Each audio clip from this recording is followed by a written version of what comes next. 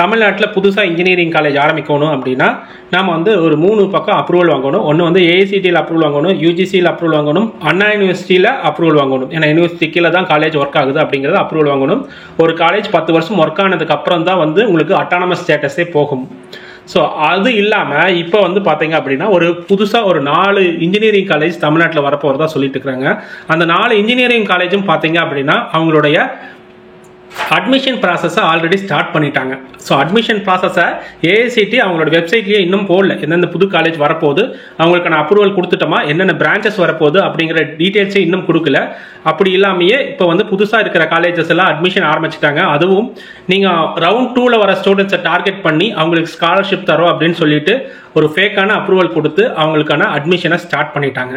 So இதில் என்னென்ன உள்குத்து இருக்குது அப்படிங்கிறத விரிவாக இந்த வீடியோவில் சொல்கிறோம். ஸ்கிப் பண்ணாமல் பாருங்கள். அதே மாதிரி நம்ம வாட்ஸ்அப் சேனலில் சப்ஸ்கிரைப் பண்ணி வச்சுக்கோங்க. அதுலேயும் இன்ஃபர்மேஷன் நிறையா கொடுத்துருக்கோம். அதில் வரதையும் நாங்கள் வந்து உங்களுக்கு தெளிவாக சொல்கிறோம். ஸோ இப்போ பார்த்தீங்க அப்படின்னா அந்த குறிப்பிட்ட ஒரு சில காலேஜ்லேருந்து நம்ம அந்த அட்மிஷன் ஃபார்மை வந்து பார்த்தோம்.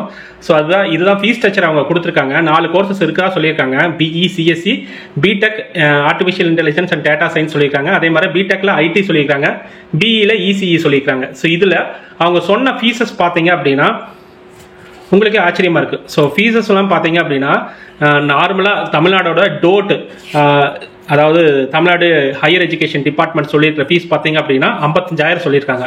ஆனால் புதுசாக ஆரம்பித்த காலேஜ் அவங்களோட இன்ஃப்ராஸ்ட்ரக்சர் எப்படி இருக்குன்னு தெரியல, அவங்களுடைய ஃபேக்கல்ட்டி எக்ஸ்பீரியன்ஸ் எப்படி இருக்குன்னு தெரியல, அவங்களோட பிளேஸ்மெண்ட் எப்படி இருக்க போகுதுன்னு தெரியல. இருந்தாலும் அவங்களோட ஃபீஸ் ஸ்ட்ரக்சர் பாருங்களேன். கவர்மெண்ட் கோட்டாக்கு 85,000, மேனேஜ்மெண்ட் கோட்டாக்கு 95,000. 4 கோர்சஸ்க்குமே அவங்க மேனேஜ்மெண்ட்டில் ஒரு ஸ்காலர்ஷிப் தராங்களாமா 20,000 பெர் இயர் அப்படின்னு சொல்லிட்டு. அப்போது உங்களுக்கு அந்த ரிவைஸ்டு ஃபீஸ் பார்த்தீங்க அப்படின்னா கவர்மெண்ட் கோட்டாக்கு 65,000, மேனேஜ்மெண்ட் கோட்டாக்கு 75,000 தரதா அப்படின்னு சொல்லியிருக்காங்க. ஸோ இந்த அஷ்யூரிட்டியே வந்து ஒரு ஃபேக்கான அஷ்யூரிட்டி தான். ஸோ புதுசான காலேஜில் இவ்வளோ ஃபீஸ் கட்டி நீங்கள் சேரணுமா அப்படிங்கிறத ஃபஸ்ட்டே யோசிச்சுட்டு அப்புறம் சேருங்க. அடுத்தது வந்து மெரிட் ஸ்காலர்ஷிப்னு சொல்லி ஒன்று எடுத்திருக்காங்க. அதாவது 175 அண்ட் எபோவ் எடுத்திருந்தீங்க அப்படின்னா உங்களுக்கு வந்து ஃபுல்லாக ஃப்ரீ மார்க் கொடுத்துருக்காங்க. 160 to 175 அப்படின்னா உங்களுக்கு டியூஷன் ஃபீஸ் விட்டு வீவர், ஹாஸ்டல் ஃபீஸ் வாங்குவாங்க அப்படிங்கிற மாதிரி கொடுத்துருக்காங்க. 150 அண்ட் எபோவ் அப்படின்னா 50% ஃபீ வைவர் கொடுத்துருக்காங்க. 140 அண்ட் எபோவ்னா 25% ஃபீ வைவர் கொடுத்துருக்காங்க. ஸோ இது வந்து உங்களுக்கு வந்து எப்படின்னா இது போக உங்களுக்கு ஃபீஸ் வந்து அட்மிஷன் ஃபீஸில் ஒரு 10,000 வாங்கிடுவாங்களாம் ஒன் டைம், அதர் ஃபீஸில் ஒரு 10,000 வாங்கிடுவாங்களாமா.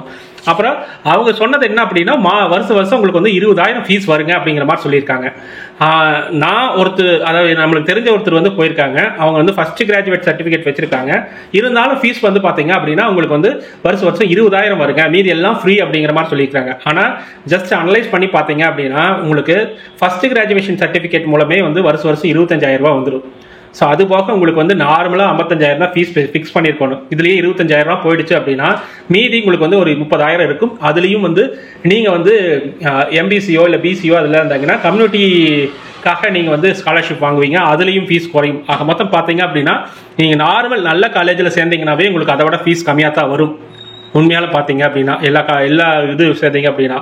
அதே வர இந்த பிஎம்எஸ்எஸ் ஸ்காலர்ஷிப் வச்சுருந்தீங்க அப்படின்னா 50,000 போயிடும். அது போக நீங்கள் 20,000 கட்டுறோம் அப்படிங்கிறது வந்து ரொம்ப பொய்யான தகவல். இதில் வந்து உங்களுக்கு ஸ்போர்ட்ஸ் கோட்டாவில் ஸ்பெஷல் ஸ்காலர்ஷிப் இப்படின்னு சொல்லி நிறைய இதுதான் அஷ்யூரிட்டி கொடுக்குறாங்க. இதுலேயும் வந்து ஸ்டூடெண்ட்ஸ் வந்து பர்டிகுலராக கேர்ள் சைல்டு வச்சிருக்கிற ஸ்டூடெண்ட்ஸ் பேரண்ட்ஸ் என்ன நினச்சிருக்காங்க அப்படின்னா நம்ம பொண்ணு வந்து டிகிரி வாங்கினா போகுது அப்படிங்கிற மாதிரி கொண்டே சேர்த்து விடுறாங்க.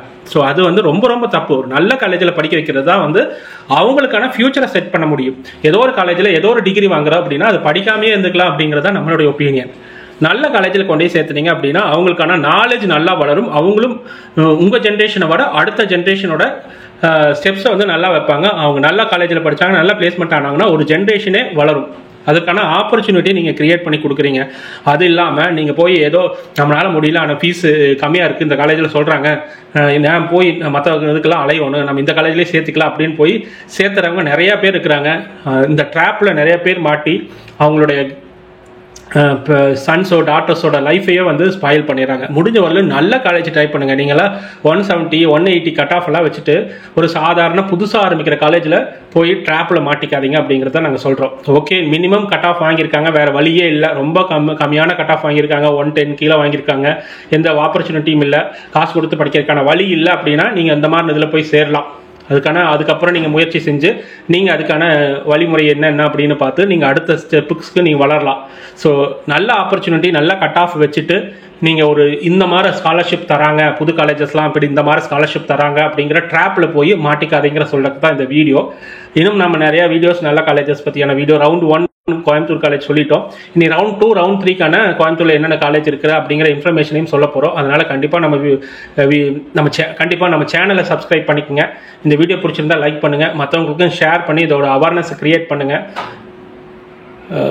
நம்ம வாட்ஸ்அப் சேனலையும் சப்ஸ்கிரைப் பண்ணி வச்சுங்க. அதுலேயும் இது போகிற இன்ஃபர்மேஷனை நம்ம போட்டுகிட்டே இருக்கோம்.